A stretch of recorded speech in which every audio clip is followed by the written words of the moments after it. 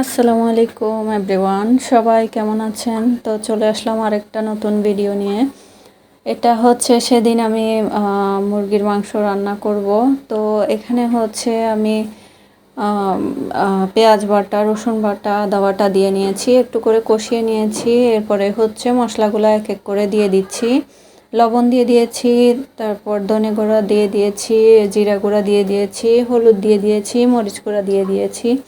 দিয়ে ভালো করে মশলাগুলোকেও একবার কষিয়ে নিব। পাশের চুলায় আবার হচ্ছে আমি গরুর মাংসের জন্য বসিয়েছিলাম। গরুর মাংসের জন্য আমি পেঁয়াজ বাটা, আদা বাটা, রসুন বাটা সব দিয়ে দিলাম। দিয়ে কিছুক্ষণ কষিয়ে নিব তেলের মধ্যে। এরপরে হচ্ছে তেজপাতা, এলাচ, দারচিনি এগুলো দিয়ে দিয়েছি। দিয়ে কিছুক্ষণ কষিয়ে নিব, তারপরে হচ্ছে মশলাগুলো দিয়ে দিব। তো মুরগির মাংস যেটাতে দিব ওইটাতে হচ্ছে মশলাগুলো কষানো হয়ে গিয়েছে। এখানে আমি মুরগির মাংসটা দিয়ে দিচ্ছি। দিয়ে একটু নেড়ে ছেড়ে মিক্স করে নিব, নিয়ে কিছুক্ষণ রেখে দিব।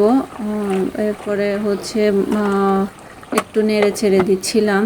পাশের চুলায় হচ্ছে গরুর মাংসের জন্য বসিয়েছিলাম, ওখানে গরুর মাংসটা দিয়ে দিয়েছি। একটু নেড়ে চেড়ে মিক্স করে নিচ্ছি।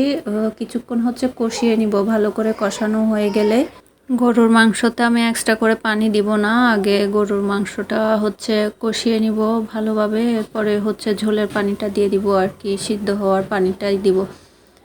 তো মুরগির মাংসটাও মোটামুটি হয়ে এসেছে। আমি নামানোর আগে কয়েকটা কাঁচামরিচ দিয়ে দিয়েছি, এরপরে হচ্ছে নামিয়ে নিয়েছি। তো এখানে আমি গরু মাংসের ঝোলের পানিটাও দিয়ে দিয়েছি, কাঁচামরিচ দিয়ে দিয়েছি, মোটামুটি হয়ে এসেছে, নামিয়ে নিয়েছি।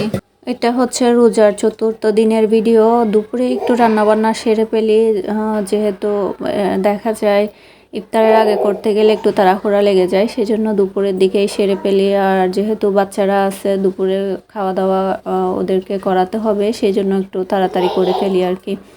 তো এটা ছাদে চলে গিয়েছিলাম। ছাদে সবজি দেখতে পাচ্ছেন, মাশাল্লাহ করলা হয়েছিল, আর হচ্ছে শিমে ফুল আসছে, সুন্দর ফুল আসছে। অনেক দিন কিন্তু ফুল আসেনি, তো একদম শেষের দিকে দেখতে পাচ্ছি যে শিমের ফুলটা এসেছে।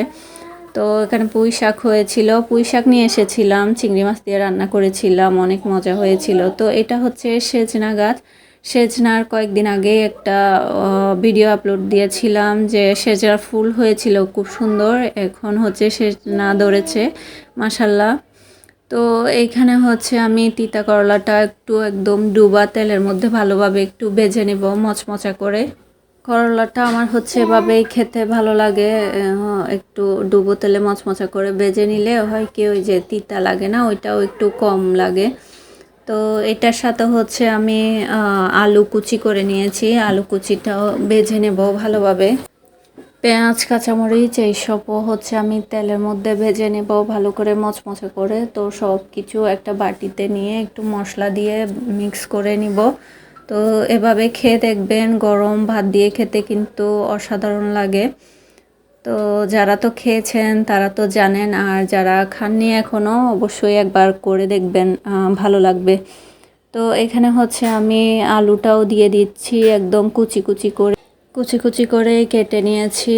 তো এটাকেও একদম মচমচা করে ভালোভাবে একটু ভেজে নেব লাল লাল করে। এরপরে হচ্ছে পেঁয়াজ আর কাঁচামরিচটাকেও তেলের মধ্যে ভালো করে ভেজে নেব। তো ভেজে একটা বাটিতে নিয়ে এরপরে হচ্ছে লবণ আর একটু মশলা, ধনের গুঁড়া, জিরার গুঁড়া এগুলো দিয়ে একটু মিক্স করে নিব। তো এটা খেতে আসলে ভালোই লাগে। তো রোজার মাস যখন থেকে ঢুকেছে আর কি, তখন থেকে একটু মাংসটা বেশি খাওয়া হচ্ছে। আর এমনিতেও বাসার মধ্যে যেহেতু বাচ্চারা আছে, একটু মাংসটা খেতে চায় আর কি, চিকেনটা তো বেশি মাংসটাই খাওয়া হয়। তো শাকসবজি অনেক দিন পরে রান্না করছিলাম, আরও হচ্ছে আমার ছাদ বাগানের একদম ফ্রেশ সবজি, ভালোই লাগছিল। তো এখানে হচ্ছে আমি চিংড়ি মাছ দিয়ে পুঁই শাক রান্না করব, সেজন্য হচ্ছে পেঁয়াজ কুচি নিয়ে নিয়েছি, রসুন কুচি দিয়ে দিয়েছি, তারপর চিংড়ি মাছটা দিয়ে দিয়েছি, দিয়ে মশলা দিয়ে দিব। এখানে হচ্ছে আমি অল্প অল্প করে সব মশলাই দিয়ে দিয়েছি, মরিচ গুঁড়া, হলুদ গুঁড়া, ধনের গুঁড়া অল্প করেই দিয়েছি। তো দিয়ে দেখতে পাচ্ছেন মাশাল্লাহ খুব সুন্দরই হয়েছিল শাক।